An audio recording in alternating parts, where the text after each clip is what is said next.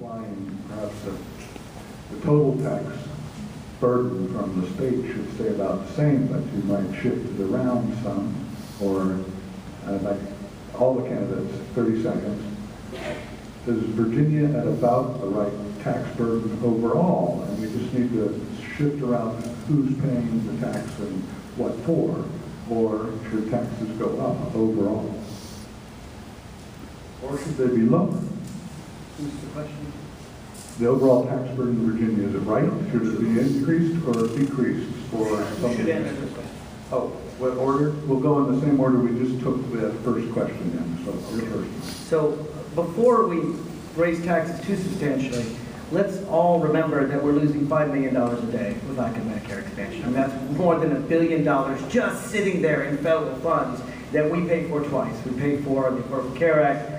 Before we talk about raising our tax burden, and I do think there are a lot of things that we could do, this money is sitting there. We pay for it with the Affordable Care Act. We pay for it again when we don't get to bring it home. We pay for it again when poor people have to use emergency rooms. This is stuff we're paying for many times over. So I do think that's, if you will, easy money, at least if Republicans can get them on board. Absolutely, but I'm not sure it's actually the question. And so I think in order to figure out how we allocate taxes, we need to think about what our priorities are. And I think we need to acknowledge the fact that we raise a fair amount of taxes in Northern Virginia, and we don't negotiate as well as we might with the rest of the state where many of those tax dollars go.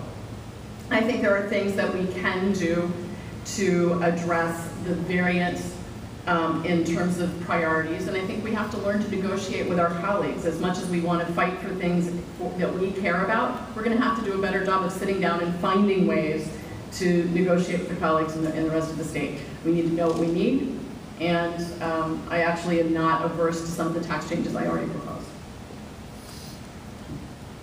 Mr. Cohen? As I started my answer from the original question, it really depends on what our priorities are as a government. And before we talk about whether we have to increase them or decrease them or keep them the same, we have to identify what really are our needs and look at the different mechanisms that we have to achieve them. Mr. Parker? Every single member of the General Assembly is in favor of taxes, whether they're Republicans or Democrats. And the proof is that Republicans do not file bills to repeal all taxes. So the question is not should we have taxes, it's how do we apply them in a way that is strategic and fair.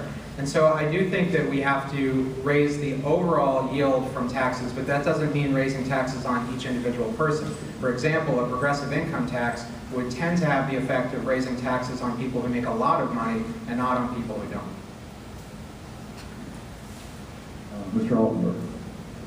In short, we have to determine what our priorities for spending are until we figure out what we're spending against and if those are truly important. I mean, to steal a phrase from a candidate from another race, if everything's a priority, nothing's a priority. And so we're going to spend a lot of money and not really see a return on investment. I've been involved in business for a long time, and I don't want to spend money just for the sake of spending. We need to truly spend where we expect a return on that investment. And until we see a return, I'm not interested in raising more money.